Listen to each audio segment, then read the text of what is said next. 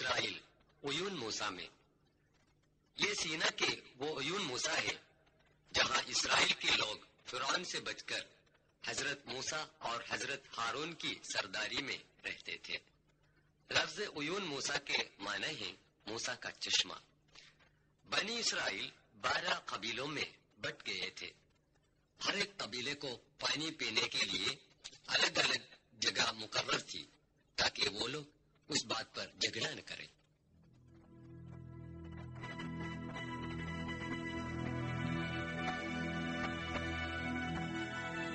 یہ کنواں ان میں سے ایک ہے.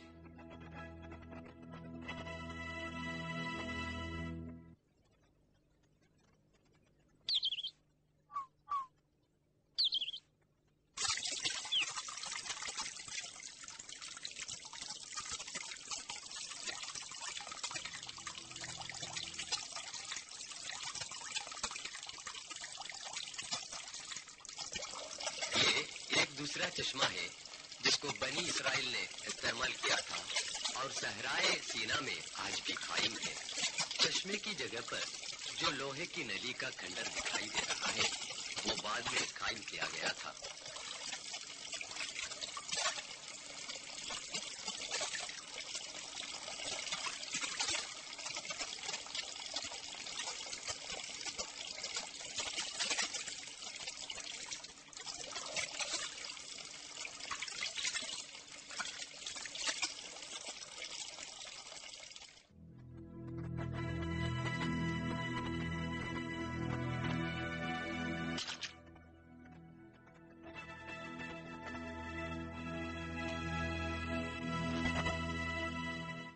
پانی پینے کی جگہیں جنہیں دیگر اسرائیل قبائل نے استعمال کی تھی جو سینا سے چند کلومیٹر کی دوری پر آج بھی قائم ہیں. ان میں سے ایک چشمہ جو سوکھ گیا ہے. بنی اسرائیل نے پھر سے سینا کی طرف رخ کیا. موسیٰ علیہ السلام نے ان کو وادی طوا کے قریب وادی راہا میں بسایا. وادی طوا میں موسیٰ علیہ السلام کی آمد یہ دوسری بار ہے. اس زمانے میں بنی اسرائیل کو پانی کی قلت محسوس ہوئی. ان لوگوں نے حضرت موسیٰ علیہ السلام سے شکایت کی. بعد کے واقعات خدا تعالی یوں بیان کرتا ہے. سورہ 7 اعراف آیت 160.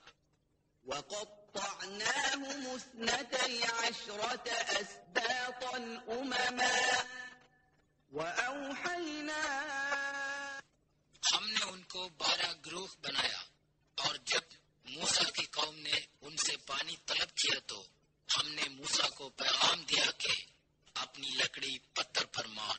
بس 12 چشمے ان میں سے بہہ نکلے.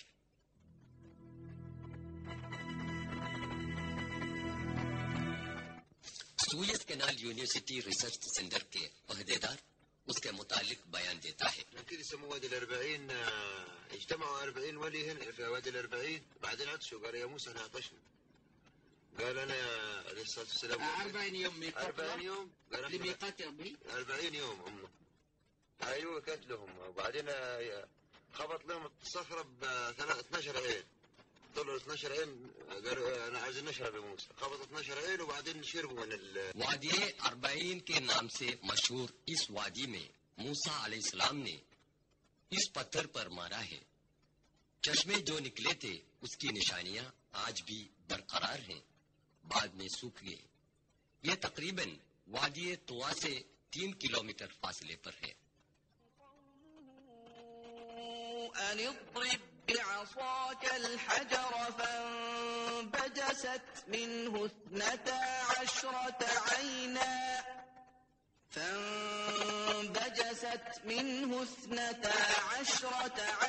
طوا میں مقیم سوئس کینال یونیورسٹی کے پروفیسر ڈاکٹر ماجدی ناصف اور ڈاکٹر مصطفیٰ اے موسی اس تصویر کے بارے میں بیان کرتے ہیں. ده قبر سيدنا ابراهيم ولا صالح؟ النبي صالح قدام. نبي صالح up where through asphaltic road 6 kilometers from here on the way. Yeah, on the way.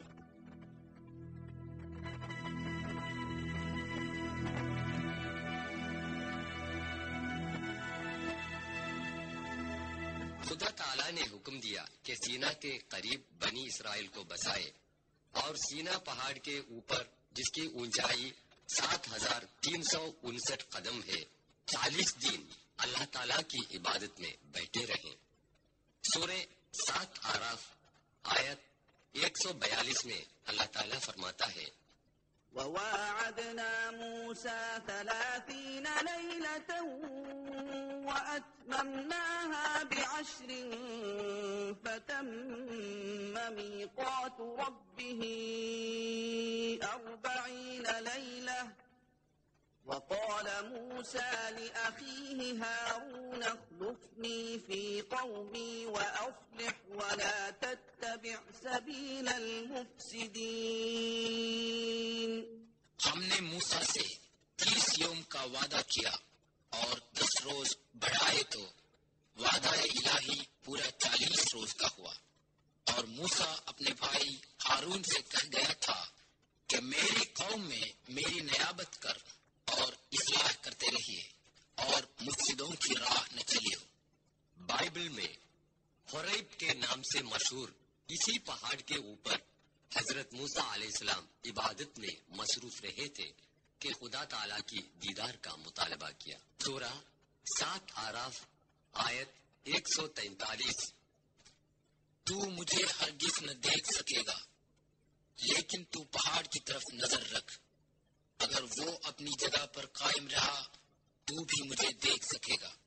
بس جب خدا نے پہاڑ پر ذرا سا جلوہ کیا تو اس کو ریزہ ریزہ کر دیا۔ وہ تباہ شدہ پہاڑ جو خدائے عز و جل کی محض ایک جھلک کی تاب نہ لا سکے، سینا کے قریب اسی وادی میں کہیں تھا۔ بنی اسرائیل کو راہ حق پر لانے کے واسطے خدا تعالیٰ نے جو آسمانی کتاب تورات نازل کی تھی وہ اسی طور سینا پہاڑ میں تھا۔ عیسائیوں کا عقیدہ ہے اسی طور سینا میں موسیٰ علیہ السلام کو 10 فرمان الہی نازل ہوئے تھے۔ ان میں سے سب سے اہم حکم یوں پڑھ سکتے ہیں، قدیم بائبل باب 20 میں 2 سے 5 تک جملے، میں خدا جو تمہارا یہوہ ہوں، سوائے میرے اور کوئی دیوتا تمہارے لیے نہیں ہونا چاہیے۔ جنت، زمین کے اندر یا پانی کے اندر کی کسی چیز کا بت مت بنانا، ان کے آگے سر جھکانا اور ان کی پرستش کرنا منع ہے۔ پہاڑ کے سب سے اوپر یہ گرجا گھر جسٹینین بادشاہ کا بنایا ہوا ہے۔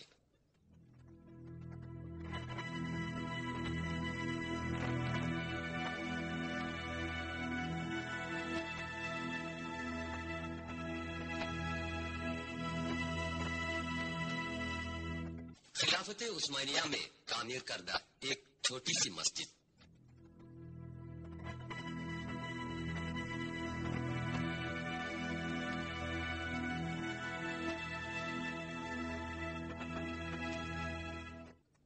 جب تک حضرت موسیٰ علیہ السلام سینا پہاڑ سے واپس نہ آئے تب تک بنی اسرائیل میں سے ایک گروہ سامری نام سے مشہور ایک سنار کے بنائے گئے سونے کے بچڑے کی پوجا کر کے خدا تعالیٰ کی ناراضگی کا شکار بن چکا تھا۔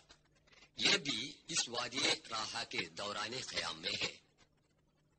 سوئس کنال یونیورسٹی ریسرچ سینٹر کے محقق جناب کمال اودا یہی بیان کرتے ہوئے، مما يقال أن هناك تجمع بني إسرائيل في هذه المنطقة وانتظروا سيدنا موسى حينما ذهب إلى ميقات ربه، والعجل الذي عبده بني إسرائيل مطبوع على الصخر بمواجهة وادي الراحة، مطبوع على الجبل في مواجهة وادي۔ آج کل یہ علاقہ سینٹ کیدرین گاؤں میں شامل ہے۔ یہ مصر کے پایہ تخت قاہرہ سے تقریباً 500 کلومیٹر دوری پر واقع ہے۔ بعد میں حضرت ہارون علیہ السلام انتقال فرما گئے، جن کو خدا تعالیٰ نے موسیٰ علیہ السلام کے مددگار کے طور پر بھیجا تھا۔ جب اس وادی کی طرف جاتے ہیں تو کوہ کے اوپر جو عمارت دکھائی پڑتی ہے وہ حضرت ہارون علیہ السلام کے قبرستان پر عیسائیوں کی بنائی ہوئی ہے۔